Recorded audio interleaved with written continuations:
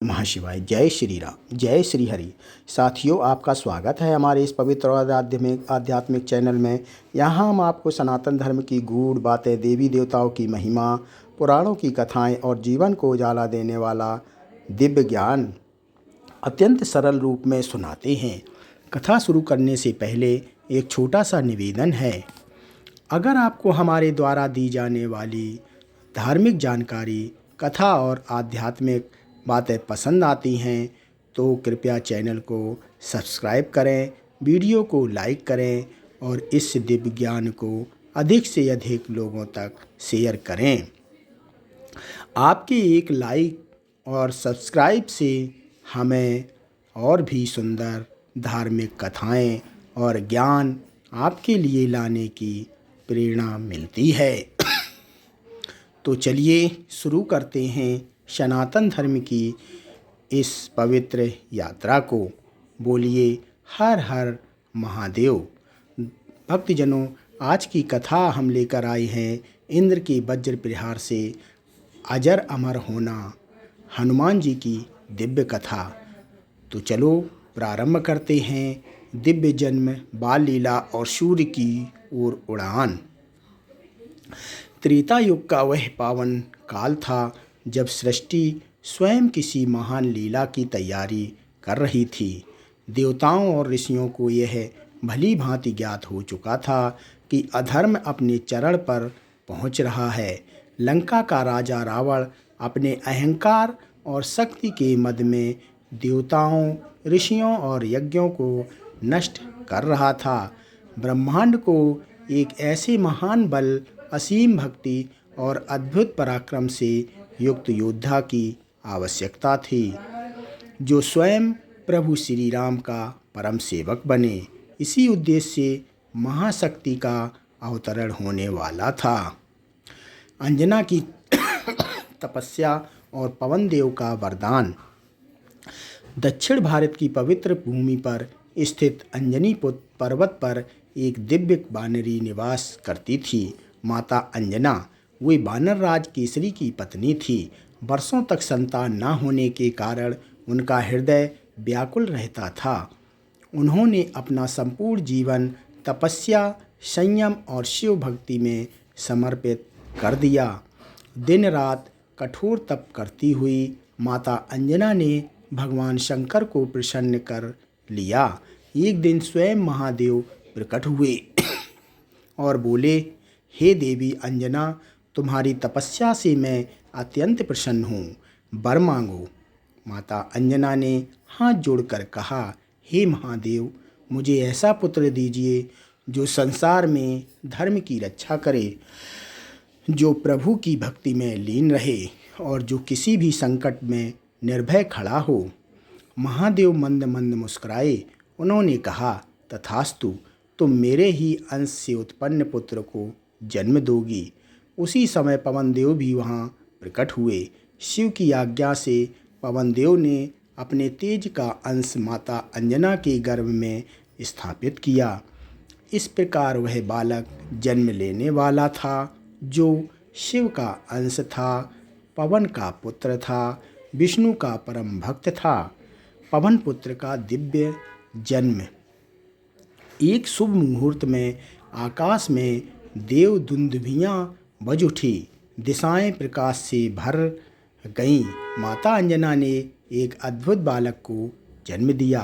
बालक के जन्म लेते ही पृथ्वी कांप उठी, वायु सुगंधित हो गई और आकाश से पुष्पों की वर्षा होने लगी।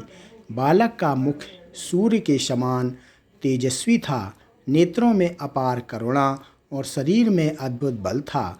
जन्म लेते ही वह बालक जोर जोर से रोने लगा और उसके रोने से पर्वतों में कंपन होने लगा। सभी देवता जान गए, यह साधारण बालक नहीं है। माता अंजना ने प्रेम से उसी अपनी गोद में उठाया। उसका नाम रखा हनुमान। बाल हनुमान की अद्भुत लीलाएं। दिन बीतने लगे। हनुमान अभी शैशव अवस्था में ही थे, परंतु उनकी लीलाएं असाधारण थीं। वे खेल खेल में बड़े बड़े पत्थरों को उठा लेते, वृक्षों को उखाड़कर झूला बना लेते, कभी आकाश में उड़ने का प्रयास करते, परंतु स्वयं उन्हें अपनी शक्ति का कोई ज्ञान नहीं था। उनका हृदय पूर्णतः निष्कपट था, बालक समान पवित्र। सूर्य को फल समझने की लीला। एक दिन प्रातःकाल का समय था। आकाश लालिमा से भर गया था। सूर्यदेव अपने स्वर्णिम रथ पर आरूढ़ होकर आकाश में उदय हो रहे थे। उनकी किरणें पूरी पृथ्वी को प्रकाश से भर रही थी। बाल हनुमान उस समय अपनी माता के समीप खेल रहे थे। उन्होंने आकाश की ओर देखा। सूर्य की लाल लाल आभा उन्हें अत्यंत आकर्षण लगी। हनुमान के ने बाल सुलभ भाव से कहा, माँ देखो, आकाश में कितना बड़ा और लाल फल लटक रहा है, मुझे वह खाना है। माता अंजना मुस्कुरा दी। उन्होंने सोचा यह बालक की कल्पना है, परंतु अगले ही क्षण हनुमान ने धरती से एक जोरदार छलांग लगाई। आकाश की ओर अद्भुत उड़ान। वह छलांग साधारण नहीं थी। वह छलांग ब्रह्मांड को चीरती हुई आकाश की ओर बढ़ी। पवनदेव स्वयं अपने पुत्र की गति देखकर चकित रह गए। कुछ ही क्षणों में हनुमान आकाश के मध्य पहुंच गए। सूर्यदेव ने जब देखा कि एक दिव्य बालक उनकी ओर तेजी से बढ़ रहा है, तो वे आश्चर्य और भय दोनों से भर उठे। देवताओं में हलचल मच गई।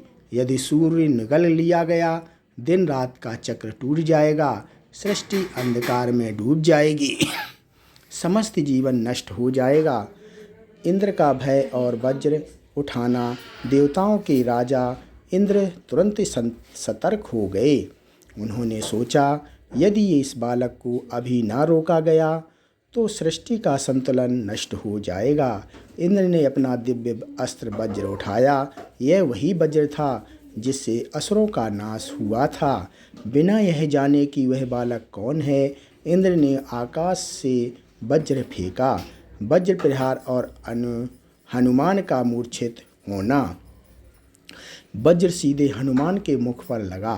उनके जबड़े पर गहरी चोट आई। उसी क्षण बाल हनुमान की चेतना लुप्त हो गई। वे मूर्छित होकर आकाश से गिर पड़े। धरती कांप उठी। माता अंजना का हृदय फटने लगा और उसी क्षण पवनदेव का क्रोध जाग उठा। वज्र प्रहार के बाद जब बाल हनुमान मूर्छित होकर आकाश से नीचे गिरे, उस क्षण केवल धरती ही नहीं कांपी, तीनों लोकों का संतुलन डगमगा गया। वह बालक जो अभी कुछ क्षण पहले तक किलकारियां भर रहा था, अब निश्चेत पड़ा था। उसके मुख पर वज्र की चोट स्पष्ट दिखाई दे रही थी और उसी चोट के कारण आगे चलकर उसका नाम पड़ा हनुमान। हनु प्लस मान। धरती पर गिरते ही माता अंजना की चीख निकल पड़ी। उनका मातृ हृदय यह दृश्य सहन नहीं कर सका। उन्होंने हनुमान को अपनी गोद में उठाया, परंतु बालक की सांसें मंद पड़ चुकी थी। उसी क्षण पवनदेव का क्रोध जाग उठा। पवनदेव जो समस्त प्राणियों के प्राण हैं, जो हर श्वास प्रश्वास के आधार हैं, उन्होंने जब अपने पुत्र की यह अवस्था देखी तो उनका धैर्य टूट गया। उनकी आंखों से अग्नि बरसने लगी। उनका स्वर गूंज उठा। जिस बालक ने किसी का अपराध नहीं किया, जिस बालक ने केवल बाल भाव से शूर को फल समझा, उस पर वज्र चलाया गया। यह कहकर पवनदेव ने एक ऐसा निर्णय लिया जिसे सुनकर स्वयं देवता भी कांप उठे। उन्होंने अपनी वायु को समेटना शुरू कर दिया। सृष्टि पर छाने लगा अंधकार। जैसे जैसे पवनदेव ने प्राणवायु को खींचना आरंभ किया, प्राणियों की सांसें रुकने लगी। पक्षी आकाश में से गिरने लगे। मनुष्य भूमि पर तड़पने लगे। यज्ञों की अग्नि बुझने लगी। देवताओं के विमान रुक गए। समुद्र स्थिर हो गया। वनस्पति मुरझाने लगी। यह कोई साधारण क्रोध नहीं था, यह प्रलय का आरंभ था। देवताओं में हाहाकार। देवताओं को अपनी भूल का आभास हो चुका था। इंद्र का मुख लज्जा से झुक गया। उन्हें अब समझ आया कि उन्होंने किस पर वज्र चलाया था। इंद्र बोले, यह बालक कोई साधारण वानर नहीं है, यह तो दिव्य शक्ति से उत्पन्न हुआ है। वरुण, अग्नि, यम, कुबेर सभी देवता भयभीत हो गए।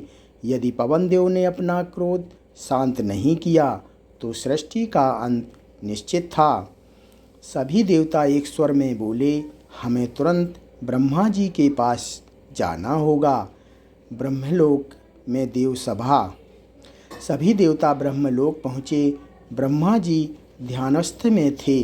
देवताओं की व्याकुलता देखकर उन्होंने नेत्र खोले। देवताओं ने पूरी घटना सुनाई। शूर को फल समझना, इंद्र का वज्र प्रहार, हनुमान का मूर्छित होना और पवनदेव का प्रलयकारी क्रोध।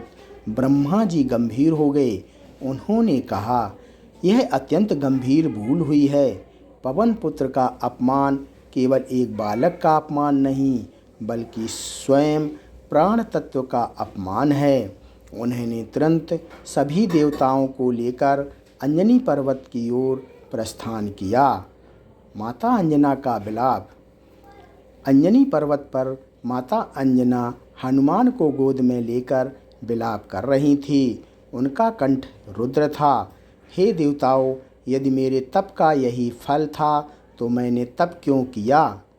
उनके आंसू धरती पर गिरते ही धरती करहा उठती है। पवन देव वहीं खड़े थे, मौन परंतु अत्यंत क्रोधित। ब्रह्मा जी का हस्तक्षेप। ब्रह्मा जी आगे बढ़े।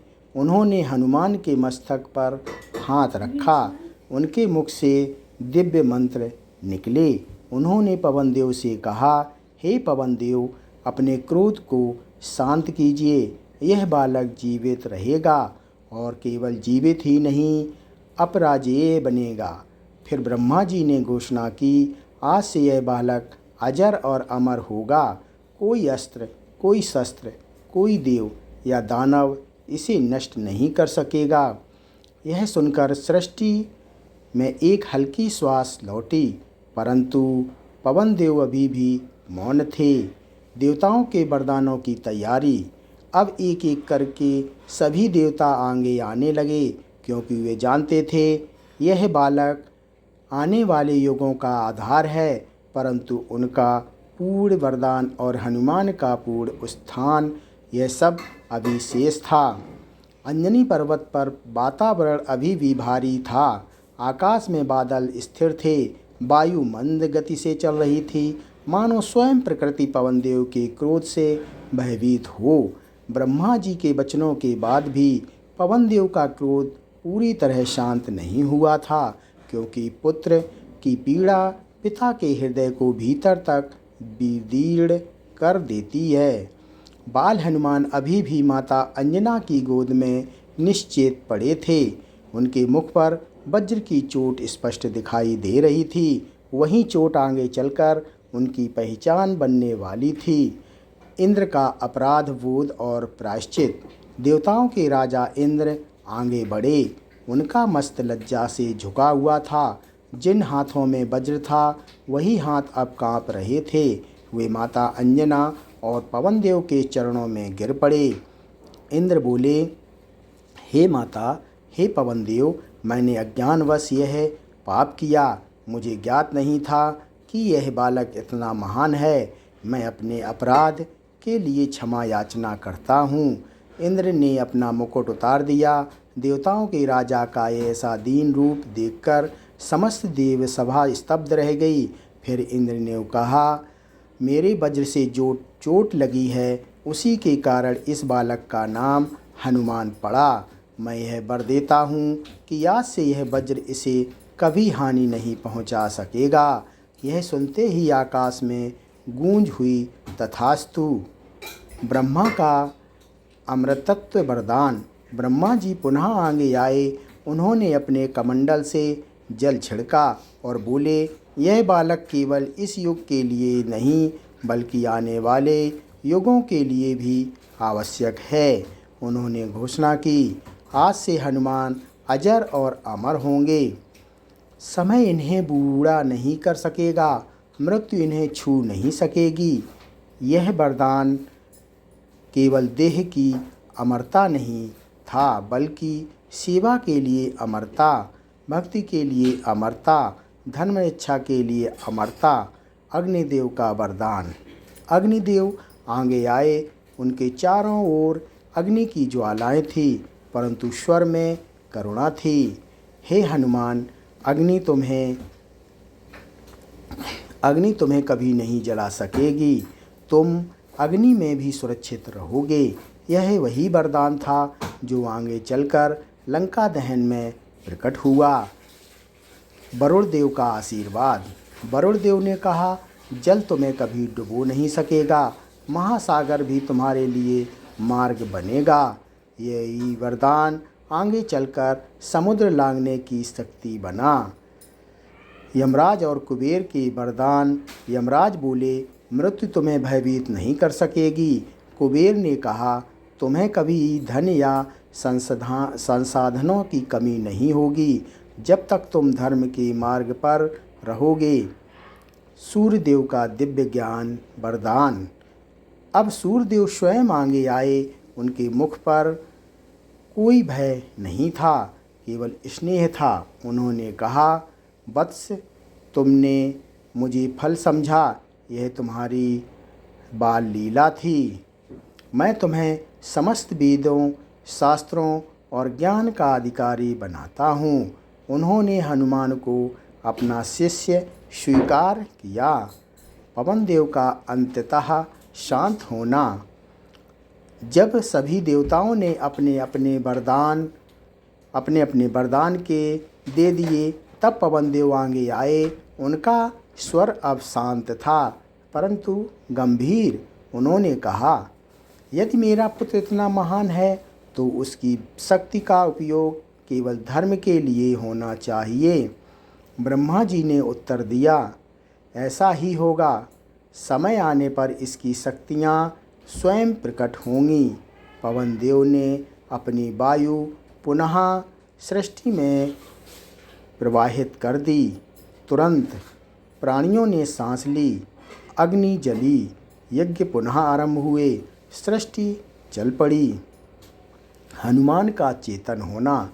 उसी क्षण बाल हनुमान की आंखें खुलीं। उन्होंने अपनी माता को देखा, फिर देवताओं को वे मुस्कुराए।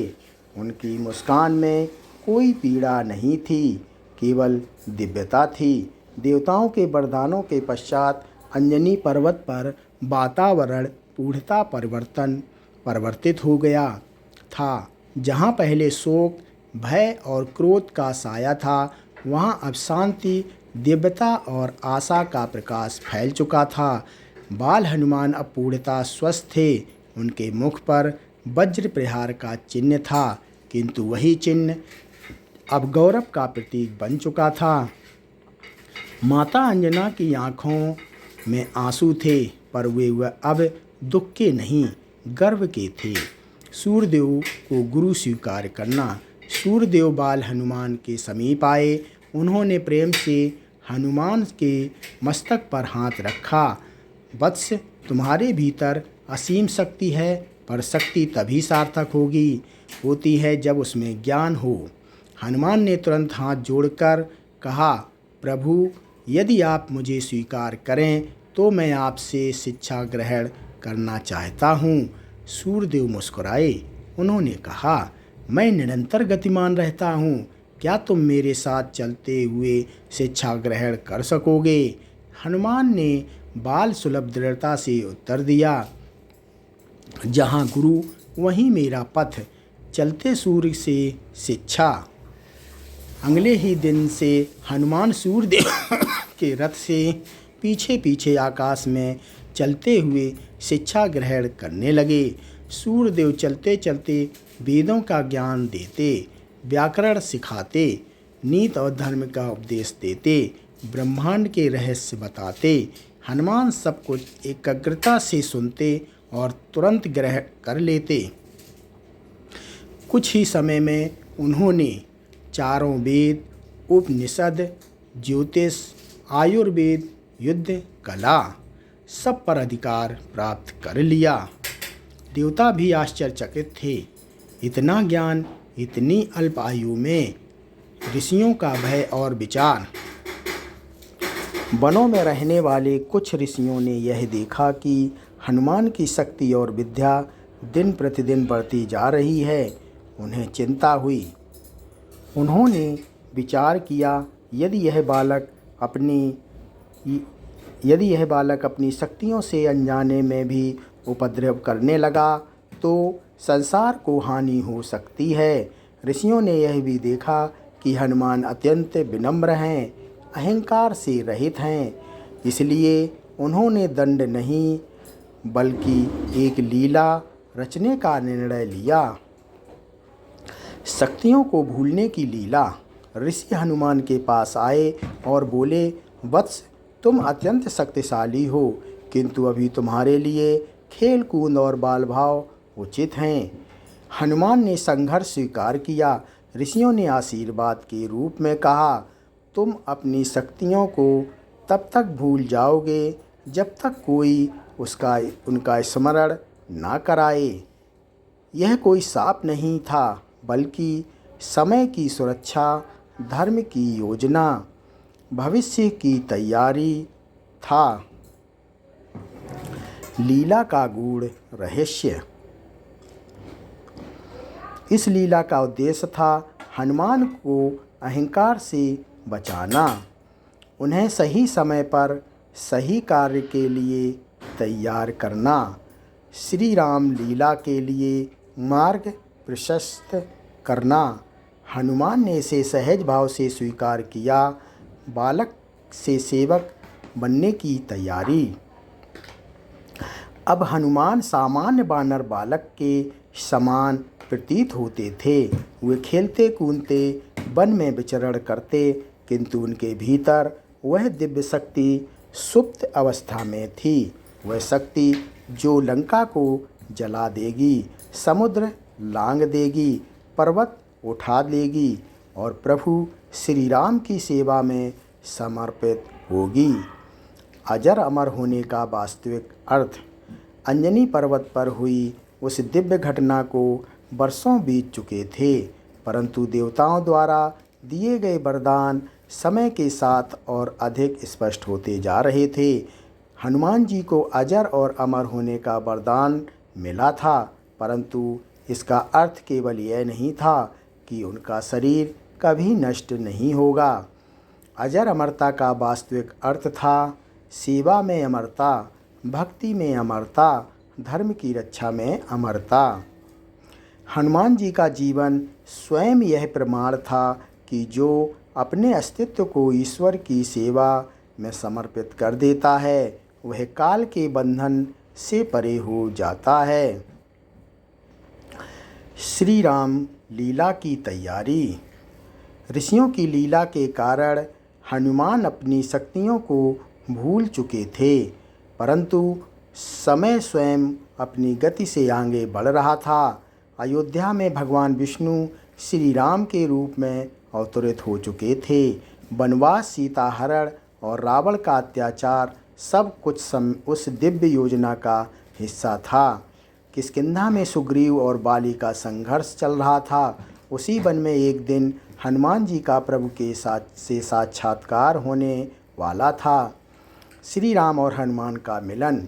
वन में श्री राम और लक्ष्मण को देखकर हनुमान जी का हृदय अनायास ही पुलकित हो उठा। उन्हें स्वयं नहीं पता था क्यों, परंतु उनके भीतर कोई सुप्त स्मृति जाग रही थी।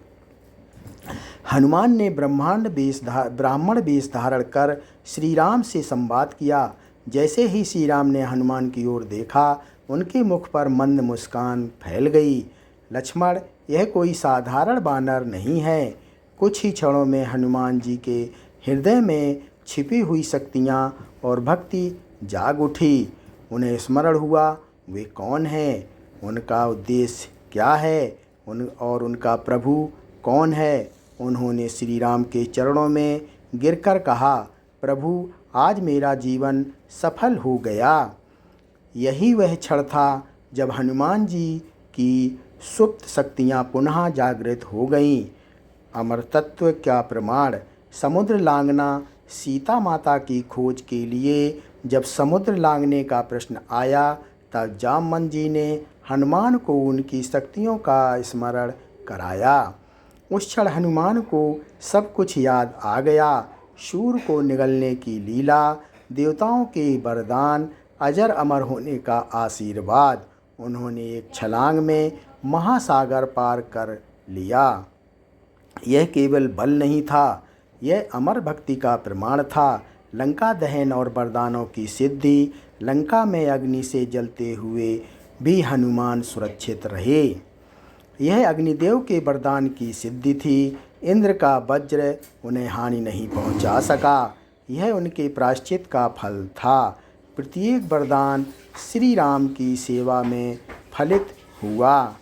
कलयुग में हनुमान जी की अमरता। शास्त्रों में कहा गया है कि हनुमान जी आज भी पृथ्वी पर विद्यमान हैं। वे कलयुग में भी भक्ति की रक्षा करते हैं, संकट हरते हैं, भक्ति का मार्ग दिखाते हैं और श्रद्धा से उनका स्मरण करता है। उनके जीवन से भय, रोग और बाधाएं दूर हो जाती हैं। कथा की जीवन शिक्षा। इस कथा से हमें यह शिक्षा मिलती है, अहंकार का अंत निश्चित है। इंद्र का वज्र प्रहार, पिता का प्रेम प्रलय को भी रोक सकता है। पवनदेव, भक्ति ही सच्ची अमरता है। हनुमान जी, ईश्वर सेवा में लगाया गया बल कभी व्यर्थ नहीं जाता। उपसंहार। हनुमान जी का अजर अमर होना केवल एक वरदान नहीं बल्कि भक्ति की विजय है। जब तक श्री राम का नाम है, हनुमान जी अमर हैं। जय बजरंगबली, जय श्री राम। तो भक्तों, ये जो हनुमान जी की कथा थी ये यहीं समाप्त होती है। आप लोगों को कैसी लगी हमें कमेंट करके ज़रूर बताएं और इसको ज़्यादा से ज़्यादा लोगों तक शेयर करें। धन्यवाद। जय बजरंगबली, जय।